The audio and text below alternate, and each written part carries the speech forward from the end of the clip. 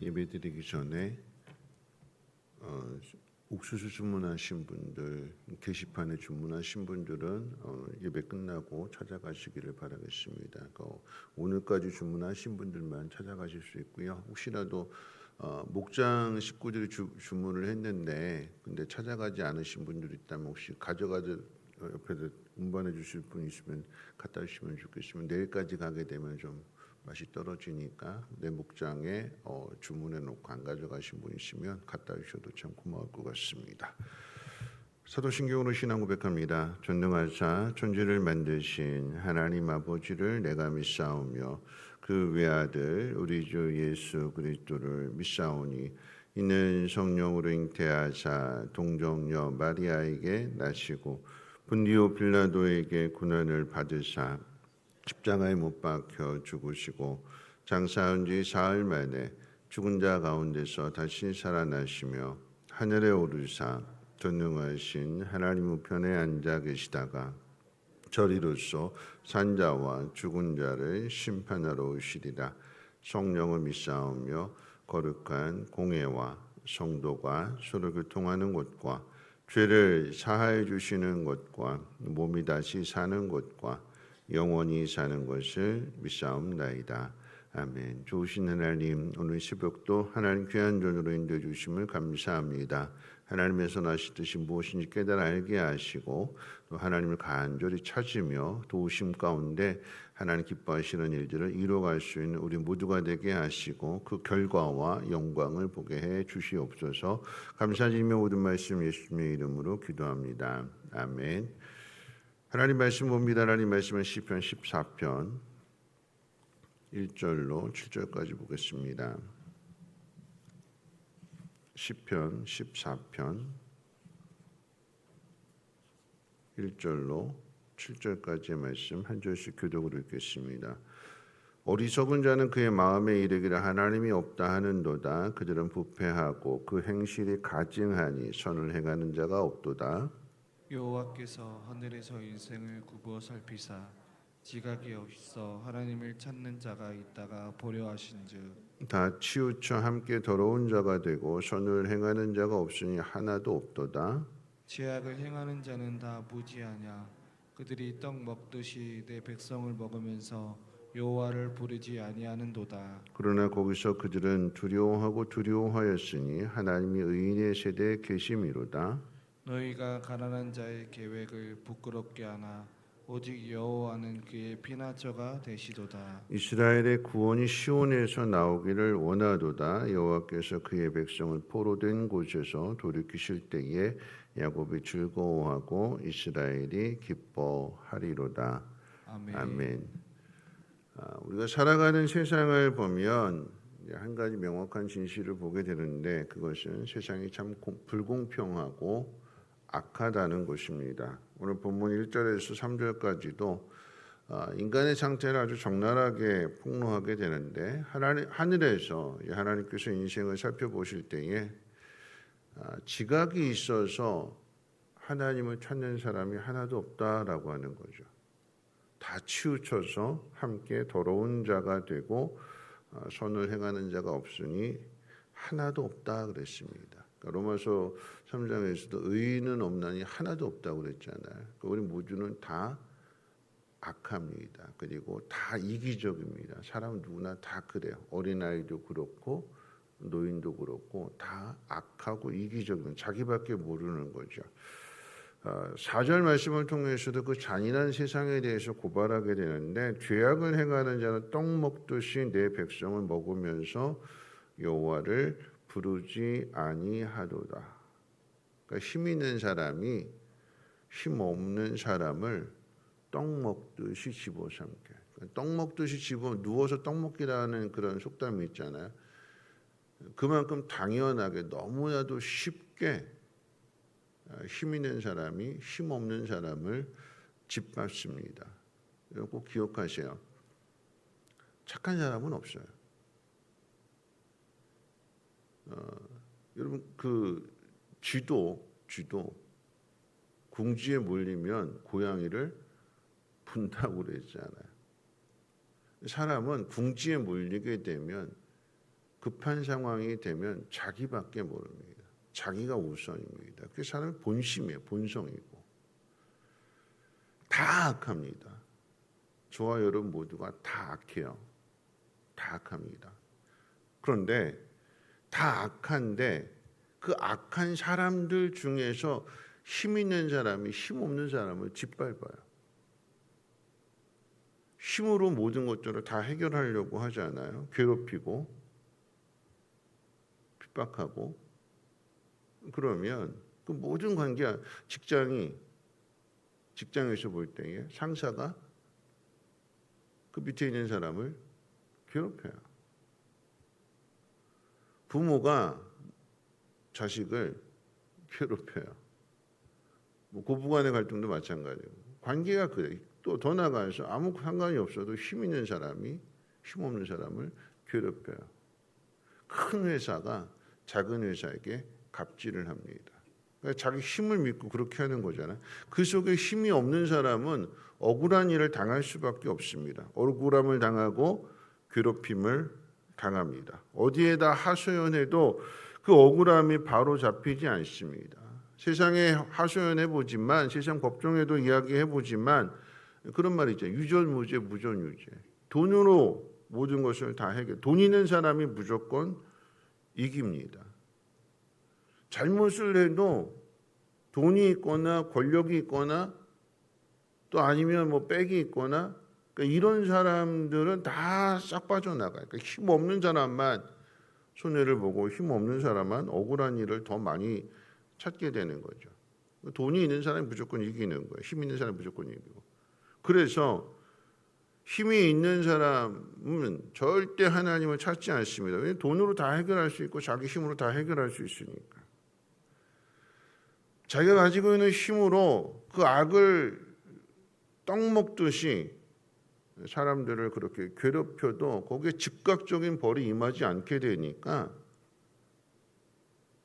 하나님이 없다고 생각하는 거예요. 조롱하는 거예요. 야, 네가 믿는 하나님이 너 어떻게 도와주시는지 한번 보자. 그러고 모든 악을 행하게 됩니다. 그런데 반전이 있죠. 반전. 5절 말씀 가운데 보니까 그러나 거기서 그들은 두려워했으니 하나님이 의인의 세대에 계심이로다. 여러분 보세요. 앞에서는 의인이 하나도 없다고 그랬어요. 한 사람도 없다고 그랬는데 오늘 5절 말씀에서는 하나님이 의인의 세대에 계신다 그러고 있잖아요. 그럼 여기서 의인은 어디서 나왔을까요? 착한 사람이, 선한 사람이, 의로운 사람이 하나도 없다. 하나님이 굽어 살펴서 봤는데도 하나님을 찾는 사람이 없었다 그랬는데 여기 의인은 어디서 나오는 걸까요? 여기서 말하는 이제 기독교의 비밀이 있는 거죠. 뭐냐면 여기서 말하는 의인이라고 하는 것은, 여러분, 사람은 도덕적으로 완벽하고 죄가 없는 사람은 없습니다. 다 죄가 있어요. 누구나 다 죄가 있습니다. 그런데 오늘 본문에서 의인이 누구냐라고 한다면 그 자신의 억울함, 힘 있는 악한 사람으로부터 힘 없는 악한 사람이, 제가 힘이 없다고 하면 힘 있는 악한 사람이 힘 없는 악한 저를 괴롭히는 거예요. 그럼 제가 할 일은 뭐냐면 세상에 호소해도 세상이 들어주지 않고 오히려 세상은 힘 있는 사람 편 되어주는 거. 그럼 제가 할 일은 뭐냐면 뭐 할 수밖에 없을까요? 그때 가서야 하나님 찾을 수밖에 없는 거예요. 이것저것 다 해보고 아프다고 하면 그 아픈 사람이 자신이 가지고 있는 방법으로 다 해보고 그래도 안 된다 그러면 그때 가서 하나님 찾는 거잖아요. 하나님 나 좀 살려주세요. 억울한 일을 당했을 때 그 억울한 일 세상에 다 손 벌리고 뭐 인맥 동원해가지고 다 해보려고 해도 안 될 때 그때 비로소 하나님 앞에 찾아가서 하나님 내 억울함 좀 풀어주세요. 하나님 찾는 거잖아요. 고난 당할 때 하나님을 찾게, 그때 가서 찾는 거예요. 그럴 때 말씀 가운데 보니까 6절에 보니까 하나님이 너희가 가난한 자의 계획을 부끄럽게 하나 오직 하나님은 그의 피난처가 되신다. 여러분, 우리는요 착해서 예수를 믿게 된 것이 아니라 태생이 남들과 달라서 성품이 좋아서 떡잎부터 알아본다고 우리가 뭔가 다른 세상에 악한 사람들은 뭔가 좀 특별한 게 있어서 하나님 우리를 구원해 주시고 예수 믿게 해주신 것이 아니라 힘들고 어려운 일, 세상 모든 사람이 다 하나님 찾지 않는데 하나님에게서 멀어지려고 하는데 힘들고 어려운 일들을 만나게 되니까 그때 가서야 하나님 찾는 거예요. 교회 나오는 이유도 힘드니까, 마음의 평안함이 없으니까, 의지할 것이 없으니까, 세상에서 많은 일들을 당했으니까, 그래서 의지할 것을 찾다가 결국 하나님 앞에 나오게 되는 거죠. 여러분, 그런 의미에서 기억해야 되는 것은 하나님을 찾게 되는 것이 고난을 통해서 하나님을 찾게 된다라고 하는 것입니다. 그때 하나님이 함께 하신다라고 하는 것이고 우리를 하나님의 자녀로 다듬어 가시는 것, 여러분 이것이 하나님이 일하시는 방법이십니다. 왜냐하면 우리가 하나님 안 찾는다고 그랬으니까 다 치우쳐서 죄인의 본성을 가지고 태어났기 때문에 다 한쪽으로 치우쳐서 계속 죄만 행하고 있는 그런 우리를 그 속에서 건져내실 때에 악한 일을 당하고 억울한 일을 당하고 그 속에서 하나님을 찾게 되니까 그런 우리를 만나 주시는 거고 하나님 인도하심이에요. 하나님이 일하시는 방법 속에서 하나님은 악을 행하는 자에게 당장의 벌을 주시지 않습니다. 그러니까 기고만장하는 거예요. 당장의 벌이 임하지 않게 되니까 악한 사람이 힘없는 악인을 괴롭힐 때에 뭐 천벌이 내리고 천둥이 치고 번개가 치고 지진이 일어나서 그 악한 사람 당장에 요절내지 않으니까 악한 사람은 계속 기고만장하는 거죠. 근데 그 속에서 어려움을 당하는 사람이 하나님을 찾게 될 때에 하나님이 그 어려운 사람을 붙들어 주시고 지켜 주신다라고 하는 것을 의인에게도 보여주시지만 악한 사람에게도 보여주십니다. 뭐 하라고요? 의인에게는 그 의인이 고난당하는 과정 속에서 하나님 어떻게 지켜주시는가, 어떻게 응답해 주시는 것을 보여주시면서 의인의 믿음을 하나님 구별해서 자녀 삼아 주신 그 사람을 믿음을 성장시키고 훈련시키지만 그런 과정 속에서 악한 사람에게 보여주시는 거예요. 봐라. 그걸 보고 돌이키고 회개하라라고 하는 거죠. 여러분 고재봉 아시잖아요. 그렇죠? 도끼로 억울하고 부당한 일을 상급자한테 당했는데 화가 나가지고 복수를 꿈꾸면서 이제 도끼로 가지고 가가지고 그 관사 가가지고 다 죽였어요. 일가족을 다 죽였습니다. 근데 알고 봤더니 자기를 괴롭힌 당사자도 아니었어요. 그 사람은 다른 부대로 전출 가버리고 후임자가 와서 살고 있는데 가족이 살고 있는데 죽인 거였어요. 근데 거기에 그 일가족 가운데 그 아내가 부사일생으로 살아납니다. 임신한 상태였고 아이도 죽고 어린 자녀들 죽고 남편도 죽고 다 죽었는데 아내만 살아남았어요. 아내 입장에서 얼마나 기가 막힐 노릇입니까? 슬픔도 이런 슬픔이 없잖아요. 그런데 그 속에서 하나님 만나는 거죠. 그 깊은 슬픔 속에서 하나님을 만나게 되는 거고 사람과의 관계 속에서 그 고재봉 절대 용서할 수 없는데 내가 하나님 만나게 되니까 또 하나님 말씀을 듣게 되니까 감옥에 있는 그 고재봉한테 이런 편지를 씁니다. 재봉 씨, 나는 당신을 예수님의 이름으로 용서합니다. 당신이 지은 죄는 끔찍하지만 죽기 전에 꼭 예수님을 만나 구원받기를 눈물로 기도합니다. 이분이 안영숙 집사님이신데 이분이 그렇게 편지를 쓴 거죠. 감옥에서의 고재봉의 그 편지를 보고는 충격을 받고 그리고 이 고재봉도 그 안에서 예수를 믿게 됩니다. 나중에 사형수로서 죽음을 당하게 될 때 예수를 믿고 나서 달라졌어요. 사람이 달라졌습니다. 그리고 사형장의 그 이슬로 사라지기 전에 계속해서 복음을 전하다가 그리고 사형을 집행을 당하게 됩니다. 죽기 전에도 복음을 전하고 죽었대요. 그 모습을 보면서 그 감옥 안에 있는 많은 사람들이 예수를 믿게 되더라라고 하는 거죠.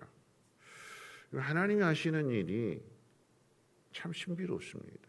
고난이라고 하는 것은 참 우리에게 힘들고 고달픈 건데, 근데 그 속에서 하나님 우리를 하나님 자녀 삼으신, 악에서 건져주신, 의를 행하도록 구별하신 그런 우리를 하나님 훈련해 가시는 거고, 그 과정을 악인들에게 보여주시고 깨닫게 해주시는 거죠. 그 악인들이 그것을 보면서 깨닫고 고지봉처럼 회개하면 구원해 주시지만, 그렇지 않고 여전히 하나님 없다고 무시하고 악을 행하는 사람은 끝내 심판을 당하는 것입니다. 말씀을 마칠 텐데요. 오늘 마지막 절에 시인은 이렇게 노래합니다. 이스라엘의 구원이 시온에서 나오기를 원하도다. 여호와께서 그의 백성을 포로된 곳에 돌이키실 때에 야곱이 즐거워하고 이스라엘이 기뻐하리로다. 여러분, 우리가 기억해야 되는 것은 우리의 구원은 나로부터 나오지 않습니다. 오직 시온에서, 그리고 하나님에게서만 나옵니다. 고난이 왔을 때에 우리가 해야 될 일은 겸손히 하나님의 도우심을 구하며 하나님을 인정하게 될 때에 하나님은 그런 우리를 하나님의 자녀 삼아 주시고 의롭게 만들어 가시면서 그 속에서 악인을 두렵게 하십니다. 오늘의 고통과 아픔을 하나님과 함께하는 그런 복된 자리로 만들어갈 수 있는 저와 여러분이 되시기를 주님의 이름으로 축원을 드립니다. 우리 찬송가 70장 함께 찬송합니다.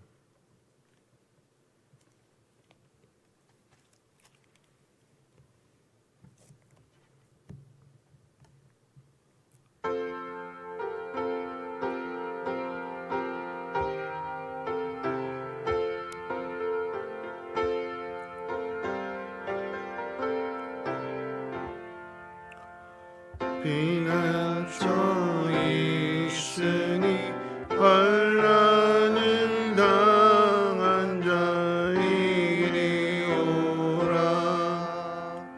땅들이 변하고 물결이 일어나 산 위에 넘치네 두렵잖네. 이방이 떠들고 나라들 모여서 진동하나. 우리 주 목소리 한 번만 바라면서 나의 모든 것 망하겠네. 만유주 하나님 우리를 도우니 피난처요. 세상의 난리를 그치게 하시니 세상의 장엄이 쓸데없네. 높으신 하나님 우리를 구하니 할렐루야. 괴로움이 심하고 환난이 극하나 피난처 되시는 주 하나님. 오늘 말씀 생각하면서 함께 기도하실 텐데요. 우리에게 다가온 고난은 우리를 비참하게 만드는 것처럼 보이지만 사실은 그 속에서 내 힘이 없구나, 내가 연약한 존재구나 하는 것들을 깨닫고 하나님을 진짜 피난처로 만나게 하는 하나님의 우리에게 주시는 은혜의 자리가 된다는 사실을 우리는 기억해야 됩니다. 그리고 그 속에서 하나님을 알게 되는 것만큼 그 모습이 악인에게도 깨어줄 수 있는 기회를 주어야 되는 거죠. 하나님 우리를 그렇게 사용하십니다. 우리를 구별하셨으니까, 우리를 자녀 삼아주셨으니까, 너는 내 자녀니까, 너는 내가 도와줄 거고 내가 붙들어 줄 거니까 네 삶은 달라야 된다. 악인 앞에서 그것을 보여주고 그 악인이 회개할 수 있도록 보여주어라 라고 하는 거죠. 오늘 우리에게 주어진 삶이 그 고난 가운데 하나님을 찾는 것을 넘어서 하나님 내 모습이 하나님의 자녀로의 모습이 되어서 믿지 않는 사람들에게 또 악인들에게도 본이 되게 하시고 그들이 두려워하며 깨닫고 회개할 수 있는 은혜를 허락해 달라고, 우리에게 주어진 모든 고난 잘 감당할 수 있도록 힘을 달라고 함께 통성으로 하나님 앞에 기도합니다. 사랑 많으신 하나님 아버지 감사합니다. 우리가 하나님 말씀을 하루 시작하게 될 때에 하나님 우리는 다 죄인이라고 하셨습니다. 선한 사람이 하나도 없다고 하셨습니다. 한쪽으로 치우쳐져 있고 스스로 하나님을 찾고 하나님을 가까이 하는 사람이 하나님이 살펴보시는데 아무도 없다고 그랬습니다. 그래서 부르십니다. 고난을 통해서 부르십니다. 환난을 통해서 부르시고 억울한 일을 통해서 부르시고 하나님을 찾으라고 하십니다. 하나님 그럴 때에 우리가 힘들고 억울하고 답답하고 무기력하고 속상하게 될 때에 하나님 주저앉아 있는 것이 아니라 해도 내 힘대로 안 되는 일을 만나게 되었을 때에 하나님을 찾을 수 있는 믿음의 사람이 되게 도와주시옵소서. 하나님